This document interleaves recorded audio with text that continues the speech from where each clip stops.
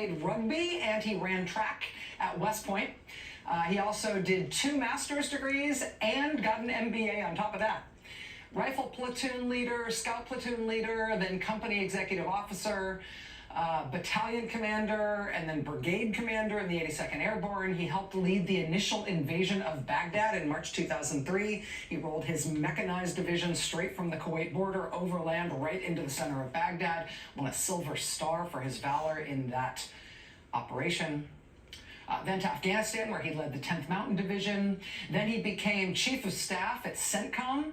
Then he was the top U.S. commander in the Iraq War, in the whole war. He was actually the one who wound down U.S. forces at the end of the Iraq War. He was then named Vice Chief of Staff of the United States Army. Then he went back to CENTCOM, this time as commander of CENTCOM.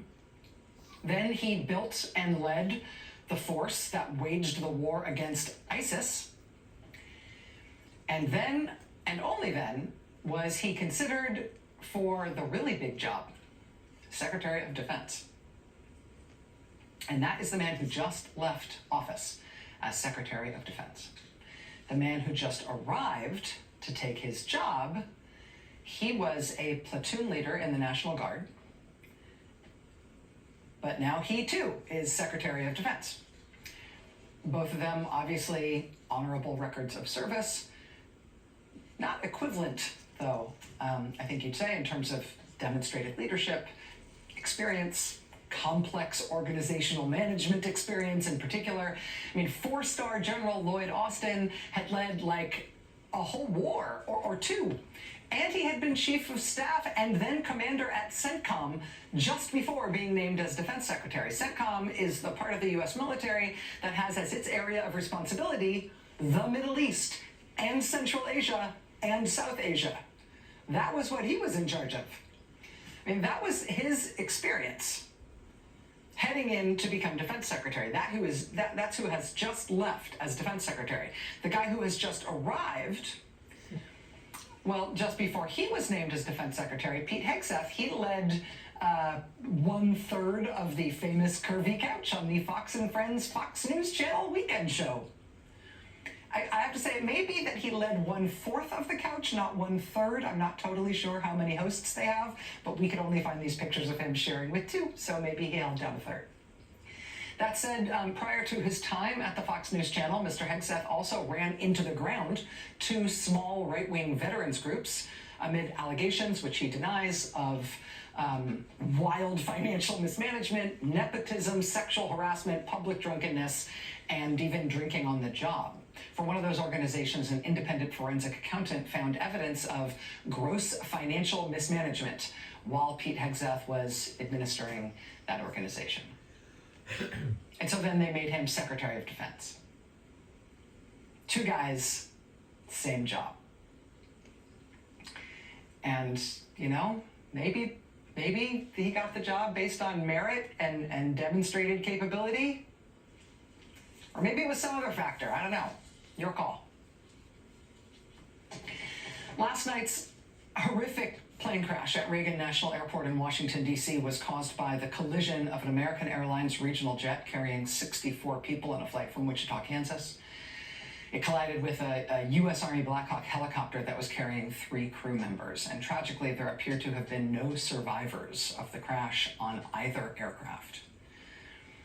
And in the aftermath of this terrible incident, newly confirmed Trump administration Defense Secretary Pete Hegseth screwed up. When a service member, any service member, is killed while in service, there is a strict policy at the Pentagon. The Defense Department gives no information about any service member who has been killed until at least 24 hours has elapsed since their death. They do not give their name, they do not give their age, they do not give their rank. They give no information about the service member in question. And the reason they do that is because the Defense Department, sadly, but also obviously, has to deal with delivering terrible news like that way more than any other element of our government does. And so they very much know how to do it, and they have very strict rules about it. They are irreducibly strict, for example, about that 24-hour rule, specifically so they can be absolutely sure that the next of kin have been notified and have had time to absorb the information before any public announcement is made about the death of a particular service member. So that's the rule, hard and fast. No names, no ages, no ranks, nothing for 24 hours. And that's not just for service members killed in combat. It's for any service member killed while in service, whether it's a health incident or an accident or a crime or a tragic plane crash, right? That's the rule. Nothing for 24 hours. And it's a rule for good reason, for reasons of bare human decency, but also just competence at dealing with something very difficult. Nevertheless, Pete Hegseth today just went to the White House and blurted out that it was a captain and a staff sergeant and a chief warrant officer who all died. He just blurted it out this morning. And I don't know, maybe he is not cut out for this job. Maybe he was hired for some reason other than merit, experience, temperament, character. I don't know, maybe there was something else about him. I don't know. But that is how it's going so far. Speaking to reporters about the crash today, the president himself did a lot of swearing, which was weird when you're supposed to be like comforting the nation. He was swearing from the podium. He also rambled and ad-lib riffed on what the crash looked like to him and what it was like for him to watch the video of it. He scoffed at the idea that he would go pay his respects at the crash site, which after all is just minutes from where he lives. He said, quote, "You tell me, what's the site? The water? You want me to go swimming?" He also today, at length, blamed the plane crash on diversity. Diversity hiring. Literally at the moment, bodies were still being pulled out of the frozen Potomac River. He was insisting that there must be something about this that can be blamed on non-white people having jobs. Right? Said it was just common sense. While we're on the subject of the unquestionably and unerringly excellent performance of white men in their job duties, though, did you see the press conference this morning from Trump's newly confirmed Secretary of Transportation? Here was the very end of that press conference. Here's how that one wrapped up. Thank you. Is there an acting FAA director? And he just walks away. Question from the reporter there, you can hear it pretty clearly. Is there an acting FAA director? And you might think that there is an FAA director, right? Because there's this guy there at the press conference in the black jacket, the guy with the brush cut. When he turns around and walks away, you can see a big FAA printed on the back of his jacket. Despite appearances, though, that is not the FAA director. That is Trump's newly appointed, newly confirmed U.S. Secretary of Transportation, who also was plucked from the elite ranks at the tippy top of the meritocratic pyramid in this country, by which I mean he too was picked off of TV. Like Trump's defense secretary, Pete Hegseth, Trump's transportation secretary, Sean Duffy, also demonstrated his competence for this cabinet position by co-hosting a weekend show on Fox. Now, I don't want to sell him short. He was also on The Real World on MTV. So clearly, the best. This morning, while he was wearing an FAA jacket, he was also pointedly not answering that question about, is there an acting FAA director right now? Is there anyone who's directing the FAA right now? He did not answer that question. He just walked away. And that may be because as of this morning when that press conference was happening, as of last night when the crash happened too, there was no acting director of the FAA. The director of the Federal Aviation Administration, like the FBI director, like the IRS director, this is one of those jobs that's not supposed to turn over with each new president. FAA directors are appointed for 5-year terms, which means explicitly they're supposed to span multiple presidential terms. But that did not happen with this FAA director. This one left the job on Inauguration Day. And until this morning, Donald Trump hadn't gotten around to appointing anybody to replace him. Well, why did the FAA director leave on Inauguration Day? Less than 2 weeks ago, even though he had a whole bunch of years left in his term as FAA administrator. Why did he leave early? Why did he leave as Trump was being sworn in? Do you remember this? This feels like this was years ago, but it was only 2 weeks ago today I don't know if they figured out a way to blame this on DEI, right? If somehow, somewhere, someone interfered with the inherent white male excellence of SpaceX in order to make this debacle happen. I don't know. What was this about? But somehow, Elon Musk's latest rocket ship crashed 2 weeks ago today. It was his huge Starship rocket. It went up a little bit, not far enough, caught fire, broke apart in midair, and showered the Earth with debris. Elon Musk was apparently excited by the crash. He described it as, woo, entertaining. Meanwhile, people in Turks and Caicos are dodging the debris. And the good people at the FAA, in response to Elon Musk's screw-up, they had to scramble to emergency divert dozens of commercial airliners, including from JetBlue and American and Delta. Spirit Airlines had a plane in the air that had to veer off course. Also, same was true for a FedEx cargo plane. Commercial flights as far away as South Africa and Australia had to be delayed or diverted as they had to put out these emergency warnings over a whole big swath of the Indian Ocean because of Elon Musk's mess. This happened 2 weeks ago today, the Thursday before Inauguration Day. The day after the crash, so the Friday before inauguration, the FAA, unsurprisingly, grounded SpaceX Starship program. You cannot try to fly this thing again until you figure out what went wrong here and you fix it. We cannot have anything like this happen again. You are grounded. That was the Friday before the inauguration. Then 3 days later, Inauguration Day, the head of the FAA administrator, was gone from his job. Elon Musk was rid of this FAA director who had grounded his rockets. Because what? An entertaining little crash? Which forced emergency diversions of dozens of passenger planes packed with humans? In September, while Elon Musk was busy spending the $250 million that he dumped into Donald Trump's campaign to make Donald Trump president again, Mr. Musk had posted a picture online of the head of the FAA and had demanded his resignation. He needs to resign. He posted that because even before the FAA had to ground SpaceX altogether because of this most recent crash that Elon Musk thought was so awesome, even before that, the FAA had already issued a bunch of fines to SpaceX for ignoring safety rules and other requirements.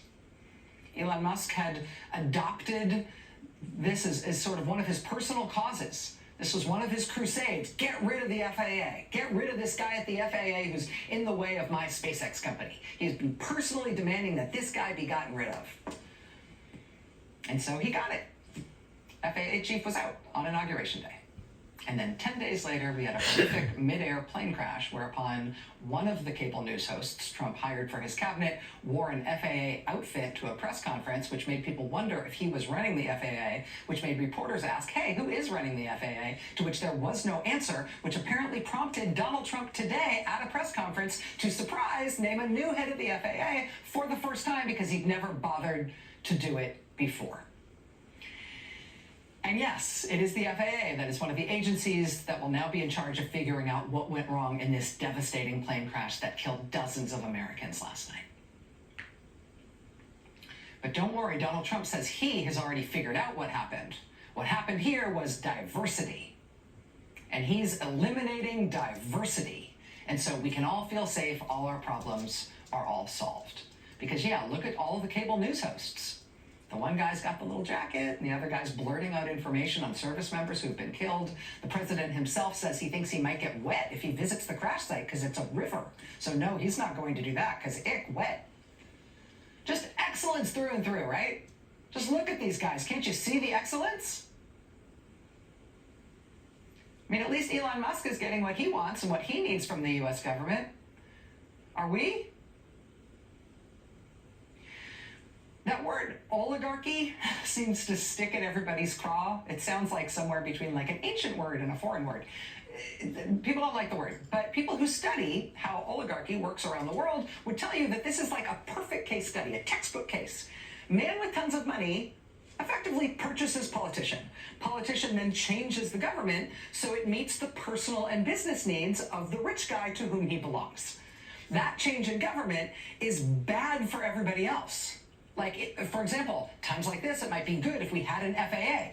But even though what the politician is doing is bad for all of us, bad for everybody else in the whole country except for the rich guy, we're supposed to think we can't do anything about it.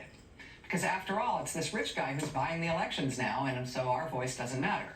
Pass me the chips. That's what we're supposed to think, and that's how this is supposed to work. But in our country, it is not working out the way they hoped. Because the American people, broadly and deeply, say they dislike this eccentric right-wing billionaire who's getting his own personal government while the rest of us get the shaft. The American people, broadly and deeply, say they do not want our government leaders taking direction from billionaires. And the American people are pushing back pretty broadly and pretty deeply at what this new administration is trying to do.